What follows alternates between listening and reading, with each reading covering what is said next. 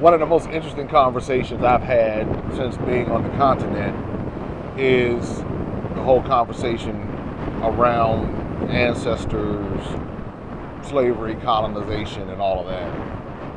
I've literally had like people from the continent tell me that, well, you know, your ancestors were taken into slavery and we don't understand, you know, why you all just don't get over it.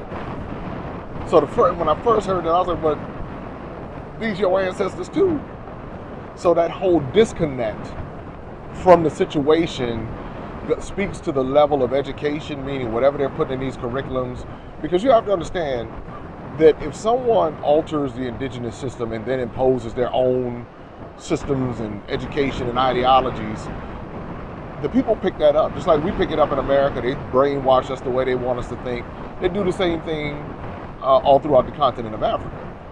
So for somebody to say those were your ancestors and they weren't their ancestors, meaning especially for that particular part of the world where it was occurring, speaks to the level of lack of education that's been taught, not just on a Western scholastic level, but then also when it comes to the different cultures and the different stories that are being passed down through the generations. So I said, well, let me explain it to you like this. You have one person, you have a parent, two parents, they have two children. One child is taken away as a result of slavery, and then the other child stays behind. The child who's taken away goes on and creates a whole generations where they're taken to, whether it be Brazil or wherever, South America, Central America, America, wherever. The one child who stayed behind has its own generation of children and all of that. The disconnect comes in is when the people on either side don't realize that the two who had the children are siblings and they descend from the same common ancestor, or let's say that common ancestor was taken and the children were taken, or however it broke down. And the same systems were imposed on both sides. So whatever so-called African Americans dealt with through chattel slavery, Afro-Brazilians through chattel slavery, Afro-Haitians, chattel slavery, all of the above, the same system of imperialism, colonization that was dealt with on the continent. And the reason why we see this whole development issue come up is because of those same systems. What you see with many people in the West and many people on the continent is they're saying they're not going to give that a pass. They're not accepting the misinformation that's being peddled in the educational system.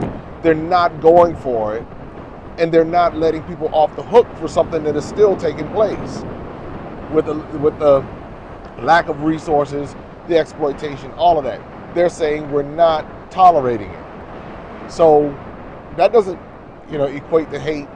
It's just saying we're not gonna get buck raped anymore, buck broken. We're not gonna tolerate it anymore, and we're going to call it out and we're going to expose it, and that's just the bottom line. That's what it is. So I found that to be one of the interesting conversations that I've had, as if there's some sort of disconnect in it, especially in those areas where that did occur. Of course, obviously it didn't occur everywhere in Africa.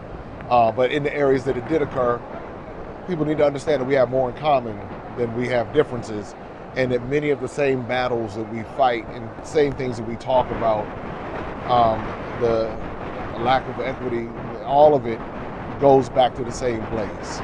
Whether it's corrupt leadership that's been installed by the same systems in America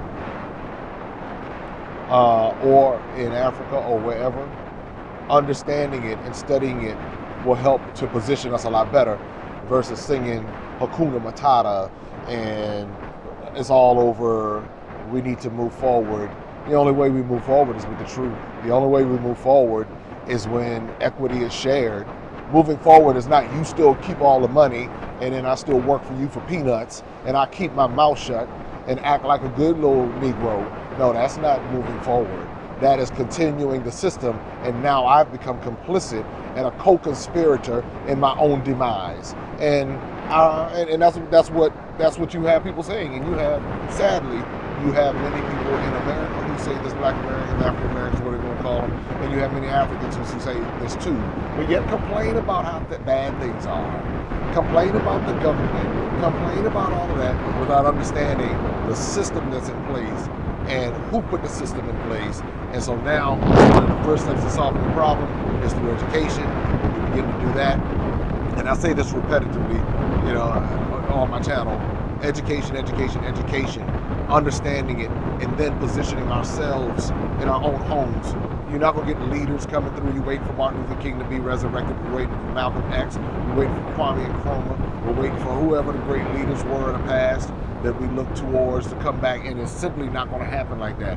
It's going to happen on a micro level. It's going to happen where people take the responsibility within themselves, just like many of these other cultures who never march, who never protest, but they understand culturally, this is how we need to adjust ourselves.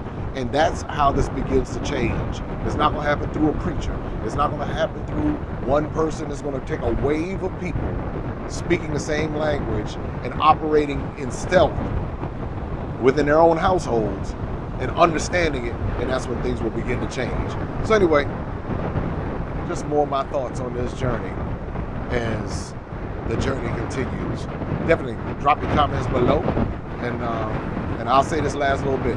If the politicians are corrupt, if the leaders are corrupt, somebody's electing them or selecting them.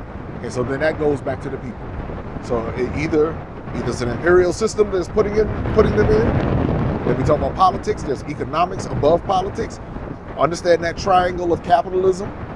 So we can talk about the politicians, and then we need to understand who's controlling the politicians. Because people always be, the politicians are corrupt. Who's voting these jokers in?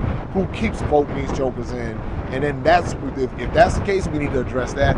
And if they're being selected, we need to figure out who's selecting them and how that's happening. But even within that system, we still have politics within our own homes, within us, economics within our own household that we have direct control over.